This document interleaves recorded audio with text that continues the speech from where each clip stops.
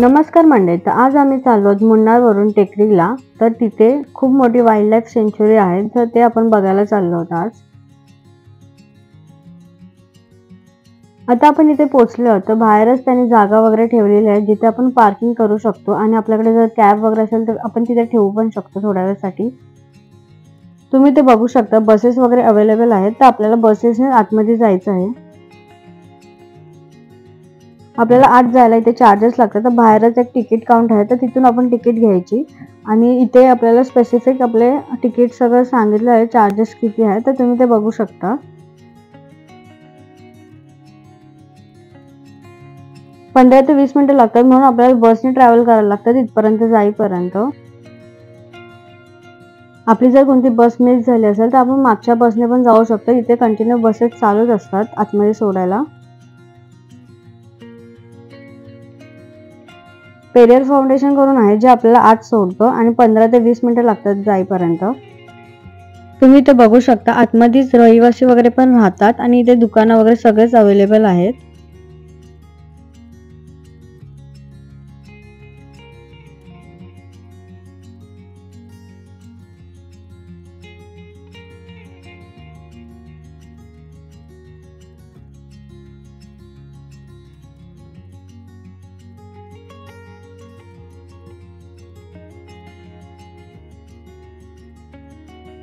इथे थोडं सावध राहा, कारण इथे खूप सारे माकडं आहेत आणि आपल्या हातात जर कोणती त्यांनी गोष्टी पाहिली तर ते लोक लगेच हिसकावून घेतात. त्यांना ऍक्च्युली खेळायचं असतं, पण ते आपल्याला पण भीती वाटते. तर आता आपण इथे पोहोचलेलो आहोत. तर इथे आपल्याला बोटने जायला एक तिकीट काढावं लागते, तरच ते लोक आपल्याला एंट्री देतात. तुम्ही ते बघू शकता, आपल्याला सिटिंग एरिया पण अवेलेबल आहे आणि इथे आपल्याला वेट करायला सांगतात, कारण की जोपर्यंत पूर्ण बोट भरत नाही तोपर्यंत ते लोक बोट सोडत नाही. आता आम्ही चाललो आहोत बोटमध्ये. तर ते लोक काही इन्स्ट्रक्शन देतात, तर ते आपल्याला फॉलो करावं लागतात.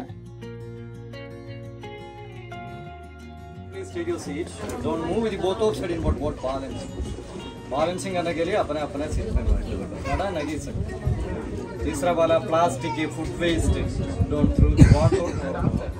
ये पीने का पानी, नदी केरला में पानी, तमिलनाडु में पीने के लिए, तमिलनाडु में नदी salty water, only sea.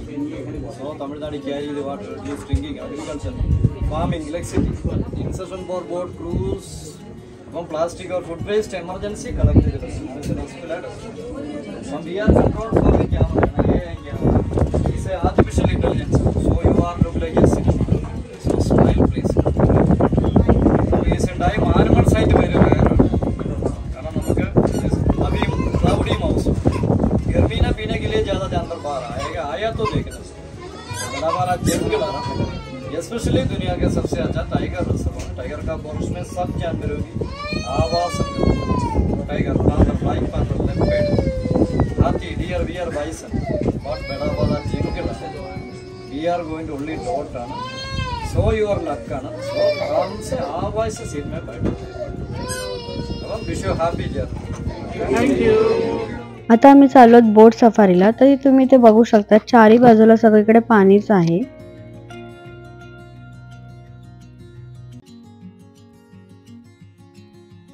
तिकडचे गाईड सांगत होते की मे महिन्यात जास्त करून प्राणी बाहेर येतात, कारण मे मध्ये त्यांना खूप जास्त गरमी लागते, तर ते लोक पाणी प्यायला बाहेर येतात. पण आम्ही मार्च मध्ये गेल्यामुळे आम्हाला जास्त कोणी प्राणी दिसले नाही.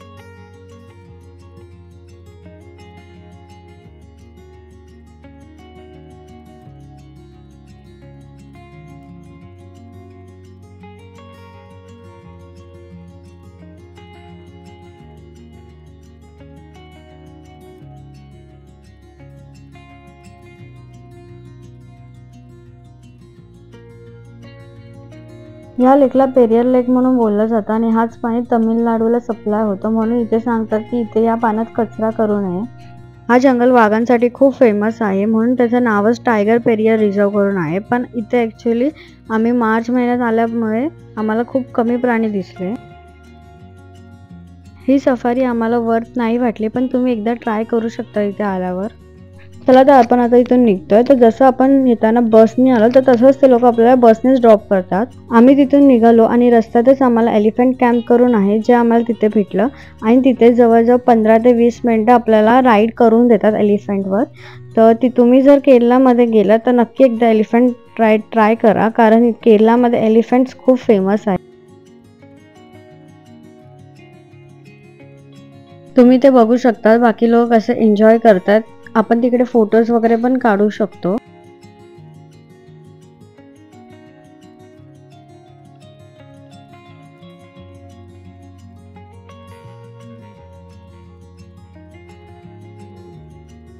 आणि हा कॅम्प तिथले जे रहिवासी आहेत ते लोकच चालवतात आणि तिथले जे एलिफंट्स आहेत ते खूप फ्रेंडली आहेत. आता आपण चाललो परत हॉटेलवर आणि जो पुढचा व्लॉग असेल तो खूप स्पेशल असेल आणि काहीतरी वेगळं पण असणार आहे. चला तर मग आपण भेटूया नेक्स्ट व्लॉगमध्ये. तुम्हाला ही जर व्हिडिओ आवडली असेल तर नक्की कमेंट करून सांगा. तोपर्यंत हसत राहा, मजेत राहा आणि आनंदी राहा.